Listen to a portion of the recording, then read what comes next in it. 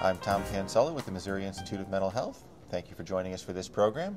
We're here today with Stephanie Fisher, who is a senior consultant with Chambers & Associates, LLC, in Grand Chain, Illinois. She's also a licensed minister.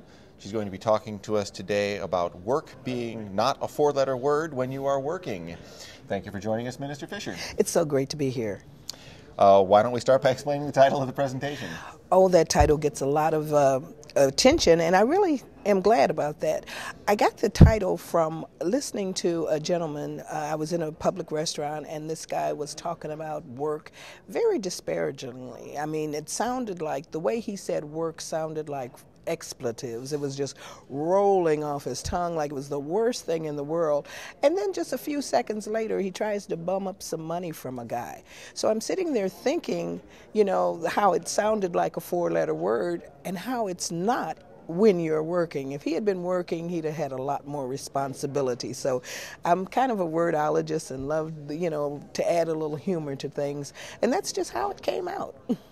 So tell me about your program, who it's for. Okay. This program was designed for people in recovery. We had the fortune of working with an organization in Sikeston, Missouri, and it is a recovery center. Reaches out to the community. Also, they have residential area for persons in recovery.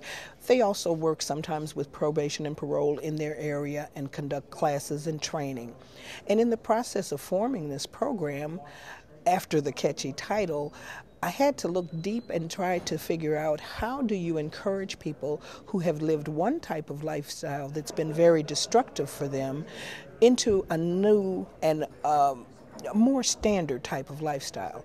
And so this is for people who have done the miracle of recovery, really gotten their systems, you know, got themselves clean, gotten that lifestyle change, and now sober, having more a mind to return to society. Can you give me a little bit of the history of the program itself? We have used the program for over 5 years now. We've taken it into actual recovery centers where people are going through the process of recovery, learning what it is to live clean and sober. We've used it, like I said, in individual day programs. We've expanded. It's originally set for about a 20-hour program. Rather intensive, but you're trying to lifestyle change. So the least amount of time I've ever done it is about an 8-hour program. You do that usually in one day. But I've broken it up according to how we can go into centers, whatever is comfortable for them, whether we do it over a 4-day period, 5-day period, split it up over a couple of weeks, that type of thing. It's very adaptable because there are individual modules of learning. So who is it for? Who benefits? Who benefits? I would say first and foremost the recovered person, because you're really trying to help them dig deep and find a lot of the time that they've lost, the person that they lost during the time that they were living a lifestyle that was totally detrimental to them. You know, drugs are just destructive, and drug use is destructive, along with the thinking that goes along with that is just, you know, totally destructive. So you're trying to rebuild the person, and that takes some time. They benefit first, and of course I would say the community, their families, to get people back to a place where they are formidable enough to begin to work again, begin to take on the responsibility of family. I've seen fathers and children reunite, and mothers and children. I've seen mothers being able to get their children back if they were in other custody, and so of course that's a great benefit. Employers. People who are looking for someone now who says, you know, I want to be employed. I will show up on time. I will do the job I need to do with the right attitude. So that's also a benefit. They would definitely benefit from the program. And of course the church community, because we're fortunate that this is a faith-based program. That's the way it was designed. And for the church community, you have more responsible congregation members, and it's just been an all-around good program, I feel, because we look at the whole man. So tell me a little bit about the training forum. The training begins with looking introspectively, facing facts, getting rid of the guilt that goes along with the many things that lifestyle may cover, recognizing that you can only do so much to repair that damage, but you can start from today to not do any more damage.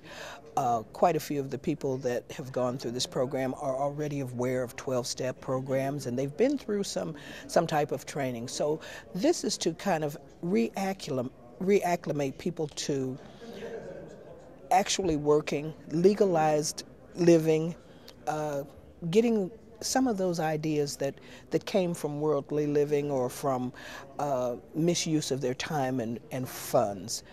The biggest challenge to me was, how do you tell people who've handled all kind of money and maybe driven fast cars and all kind of bling bling that they can actually make a good living and a good life on normal funds, on $10 an hour job, but without the guilt, without the pain, without the remorse that goes with that other lifestyle. As you're bringing somebody in, or how do you assess the need? Well, first and foremost, you try to find out where a person is in their sobriety, and you let them know how valuable that is.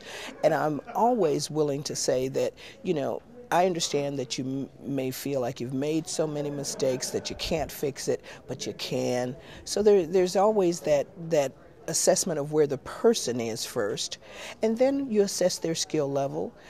I also kind of help them open up and find many of the talents that people have. Most people have many more talents than they actually recognize.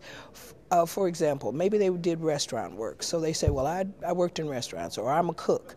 But then you'll find that they also garden for a hobby. I said, that's another job.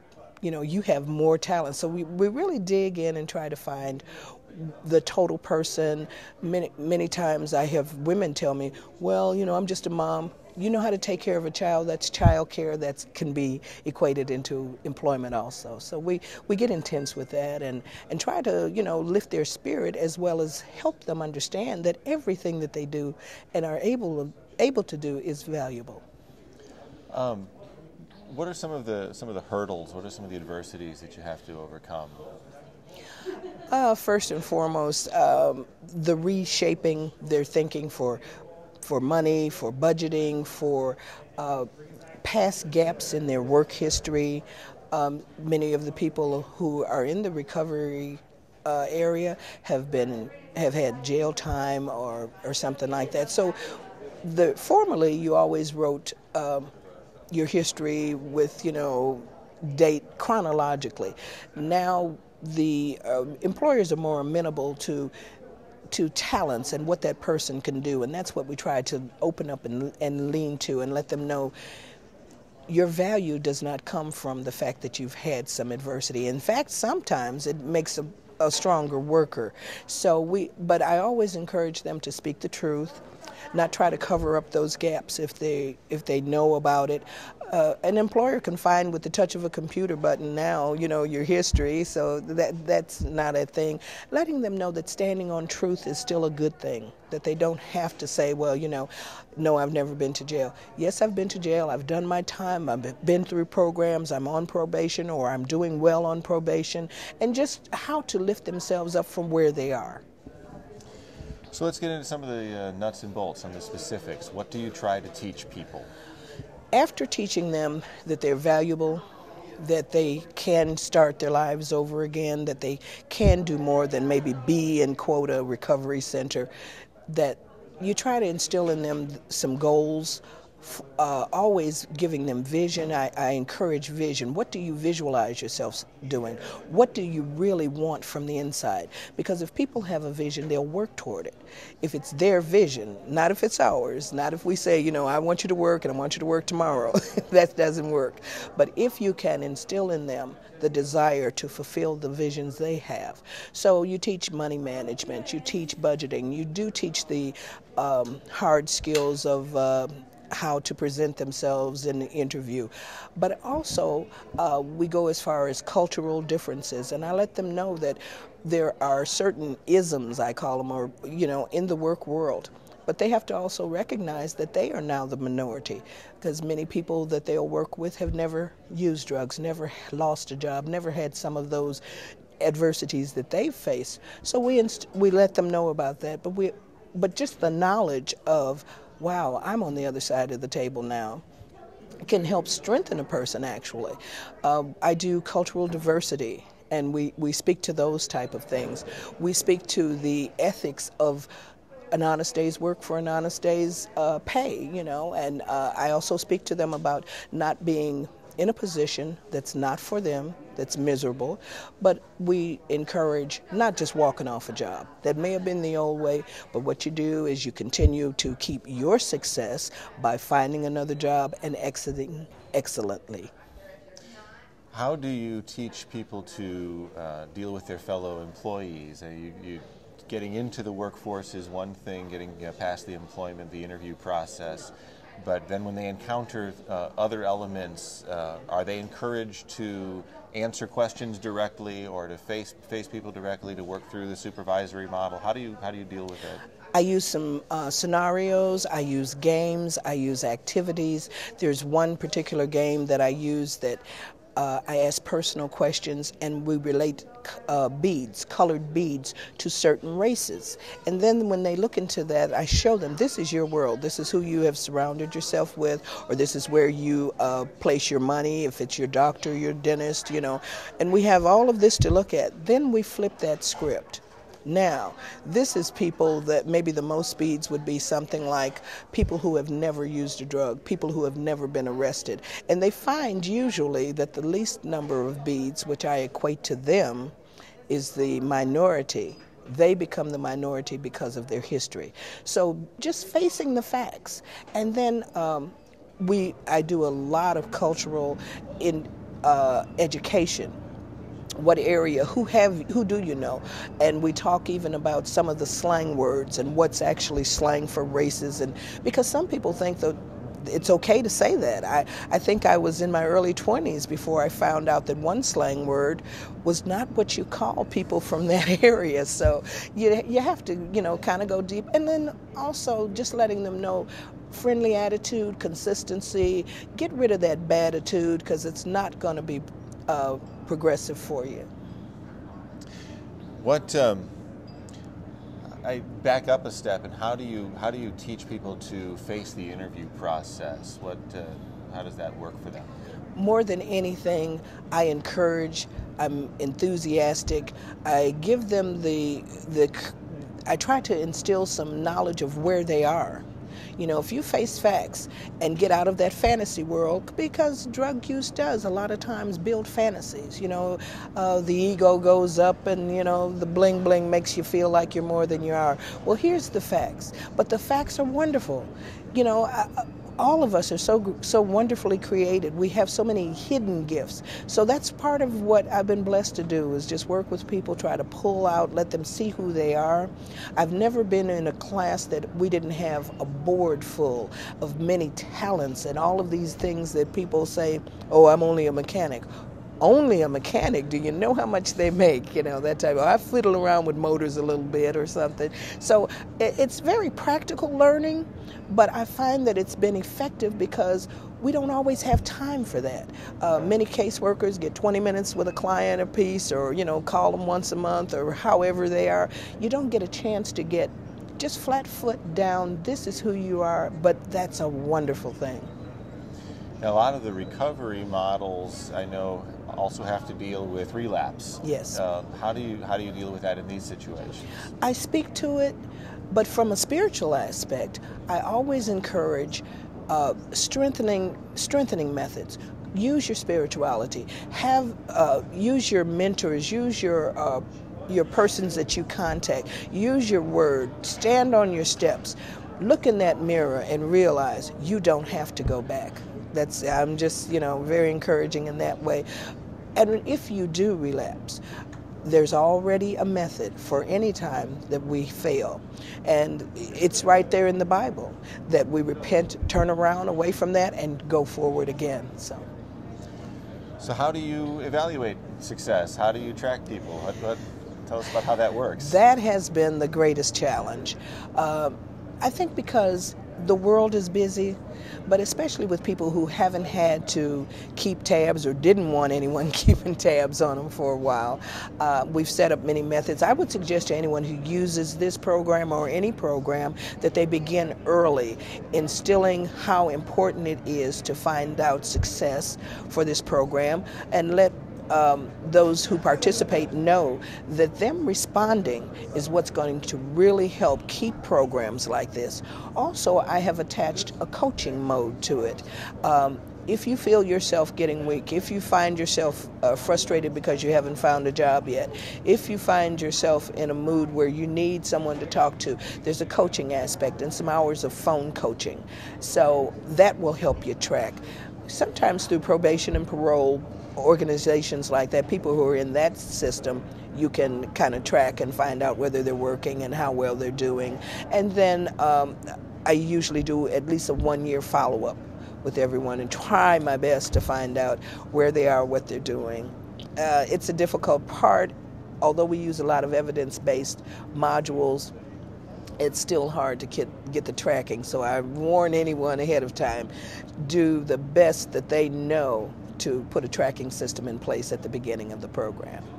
Do you ever have to go back and reteach, retrain folks that have been involved here? I've had a few people come back through.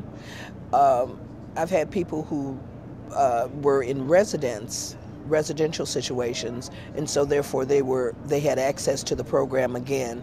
Well, I lost the job. I worked for them 3 or 4 months, so I want to find out some more stuff and that type of thing. And then also I've been able to advance it to different levels. If I have someone who's already been through the initial program, then we work on specifics with them. Maybe their work history or how they carry themselves or attitude or whatever it is that they may need specifically. I've been able to reach out and do some smaller groups.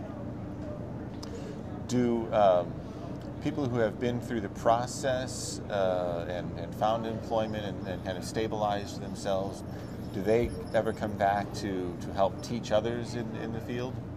I've not had any just come back to teach per se where I could document that, but I have had a lot of feedback from people who have been through the program who said it really helped them.